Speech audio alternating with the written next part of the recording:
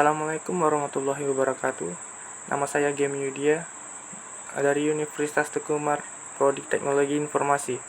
Kali ini saya akan mempresentasikan materi dari Manajemen Teknologi Informasi dengan judul Siklus Hidup Proyek. Pertama, apa itu siklus hidup proyek? Siklus hidup proyek adalah tahap-tahap perkembangan proyek dari awal gagasan hingga proyek dinyatakan selesai. Secara garis besar, siklus hidup proyek terjadi menjadi 4 tahapan. Yang pertama, tahap konsepsi, perencanaan, eksekusi, dan juga operasi. Dan ini merupakan gambar dari siklus hidup proyek. Selanjutnya, ini adalah tahap-tahap siklus hidup proyek. Yang pertama ada tahap konsepsi, tahap perencanaan, tahap eksekusi, dan juga tahap operasi. Pertama adalah tahap konsepsi. Pada tahap konsepsi ini terbagi menjadi 2 bagian. Yang pertama, inisiasi proyek, merupakan tahap munculnya ide tentang proyek yang dimulai dari penemuan masalah. Selanjutnya, masalah yang ditentukan perlu dirumuskan dengan jelas berikut tujuan pemecahan masalah tersebut. Bagian kedua yaitu kelayakan proyek, merupakan proses investigasi terhadap masalah dan mengembangkan solusi secara lebih detail untuk dilihat lebih jauh mana solusi yang memberikan manfaat yang lebih besar dari biaya.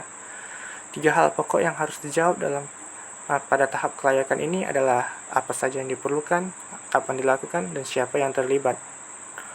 Selanjutnya adalah proposal proyek. Pada tahap memunculkan request for proposal atau disingkat RFP. RFP memuat tujuan proyek, lingkup proyek, spesifikasi performance, batasan ongkos, dan juga jadwal. Pembuatan proposal proyek adalah pekerjaan yang harus dilakukan sebelum suatu proyek didapatkan. Secara ringkas, proposal proyek harus mengandung beberapa hal pokok sebagai berikut. Yang pertama ada surat pengantar, kedua ringkasan eksekutif, ketiga bagian teknis, 4 manfaat dan keuntungan yang diperoleh, 5 jadwal, 6 bagian keuangan, 7 bagian legal, 8 kualifikasi manajemen. Selanjutnya ada pemilihan proposal proyek.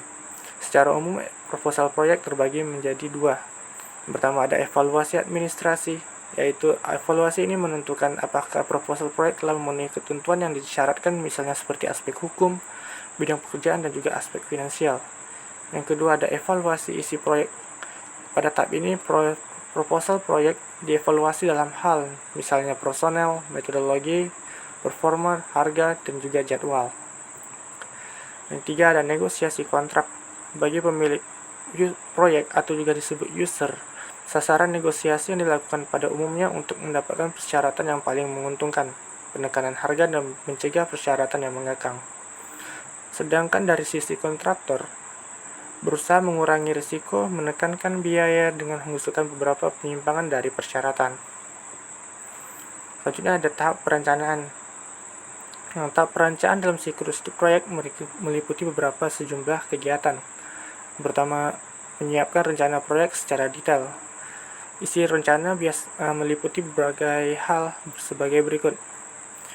Jadwal pekerjaan, kedua anggaran dan sistem pengendalian biaya, ketiga work breakdown structure atau WBS secara rinci, keempat bagian-bagian yang berisiko tinggi dan sulit serta rencana antisipatif untuk mengatasi masalah-masalah yang mungkin terjadi.